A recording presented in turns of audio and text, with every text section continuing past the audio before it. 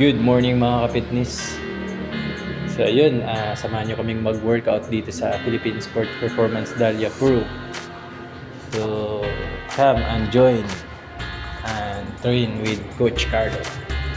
So ayun, si Sir Ashley lang pala yung mag-workout.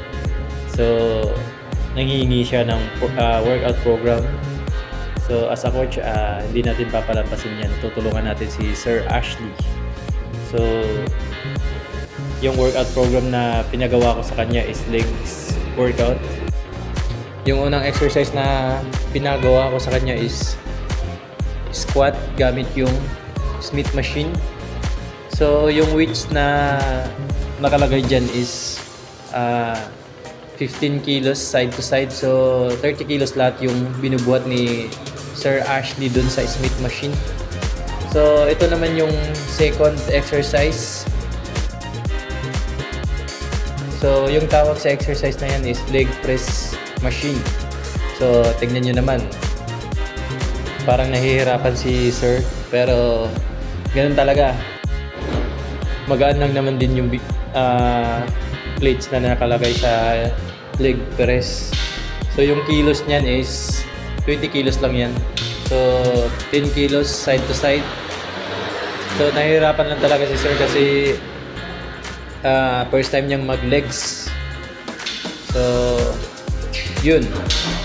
Tignan nyo naman yung mukha niya. Parang lantang gulay yung katawan niya pagkatapos. So, ito na yung pang-apat na exercise. Yung tawag sa exercise na yan is leg extension or leg curl gamit yung machine. So, dito, feel na feel ni Sir yung exercise na ginagawa niya. Tignan nyo naman yung mukha niya. Seryoso si Sir Ashley. Seryoso talaga siya na mag-lose weight. Papakute pa yan siya. So ayun, ito na yung huling exercise na gagawin ni Sir Ashley. So ayun, shoutout pala sa iyo, Sir Ashley. So yung tawag sa exercise na to is reverse curl. Ito na yung huling gagawin talaga niya. So, 4 na exercise lang yung ipapagawa natin sa kanya para makauwi pa siya. So, ayun, mahirap kaya mag-legs. Lalong-lalo na pag first time yung mag-legs. So, ayun, don't forget to like, share, and follow for more videos.